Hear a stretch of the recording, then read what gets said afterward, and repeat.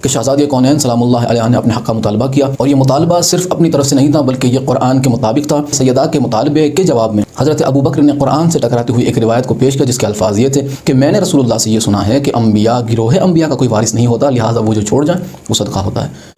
लिहाजा ये रिवायत हम इसलिए बार बार इस अल्फाज को दोहराते हैं ताकि आवाम पे ये वाज़ेह हो जाए कि ये सरासर कुरान से टकराती हुई ये रिवायत है, इसलिए कि कुरान में अल्लाह ने अम्बिया के वरसा को रखा है, अम्बिया की विरासत रखी है, अम्बिया के वारिसों को रखा और अम्बिया को अम्बिया का वारिस बनाया।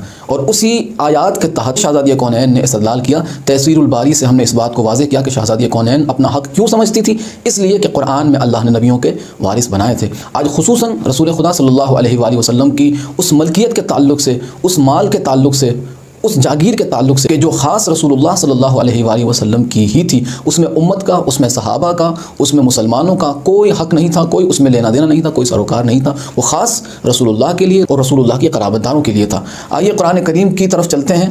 खुदा इरशाद फरमा रहा है सूरह हश्र पारा नंबर 28 और आयत नंबर 5 में इरशाद हो रहा है, औज़ु बिल्लाहि मिनश शैतानिर रजीम, वमा अफ़ा अल्लाहु अला रसूलिही मिनहुम फमा अवजफ्तुम अलैहि मिन खैलिन वला रिकाबिन वलाकिन्नल्लाह युसल्लितु रुसुलहु अला मन यशा वल्लाहु अला कुल्लि शैइन क़दीर।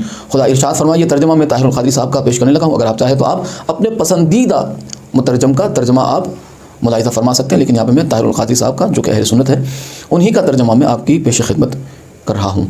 मुलाहिज़ा फरमाते हैं कि और जो अमवाल फ़ै और जो माल फ़ै अल्लाह ने उनसे निकाल कर अपने रसूल पर लौटा दिए हैं, तो तुमने ना तो उनके हुसूल के, उन्हें हासिल करने के लिए ना तो उन पर घोड़े दौड़ाए थे और ना उन पर ऊँट दौड़ाए। हाँ, अल्लाह अपने रसूल को जिस पर चाहता है गलबा व तसल्लुत अता फरमा देता है और अल्लाह हर चीज़ पर बड़ी कुदरत रखने वाला है। वल्लाहु अला कुल्लि शैइन क़दीर। और फिर आगे आयत नंबर 7 में इरशाद हो रहा है, मा अफ़ा अल्लाहु अला रसूलिही मिन अहलिल क़ुरा फ़लिल्लाहि वलिर्रसूलि वलिज़िल क़ुरबा वल-यतामा वल-मसाकीन व इब्निस सबील। इसके तर्जुमे में बिल्कुल वाज़ेह अल्फाज उन्होंने इस्तेमाल फरमाए जिससे कोई तशरीह करने की यहाँ पे ज़रूरत ही महसूस न होगी। यहाँ पे देखिए इस आयत नंबर 7 के तर्जुमे में फरमाते हैं कि जो अमवाल फ़ै अल्लाह ने क़ुरैज़ा, नज़ीर, फ़िदक, खैबर और दीगर बग़ैर जंग के मफ़तूहा बस्तियों वालों से निकाल कर अपने रसूल पर लौटाए हैं, वो अल्लाह और उसके रसूल के लिए हैं और रसूल अल्लाह के क़राबतदारों। अब उन्होंने हाशिये में बिल्कुल वाज़ेह फरमा दिया ताहिरुल क़ादरी साहब ने कि ये क़राबतदारों से मुराद कौन है, यानी बनु हाशिम और बनु अब्दुल मुत्तलिब के लिए है।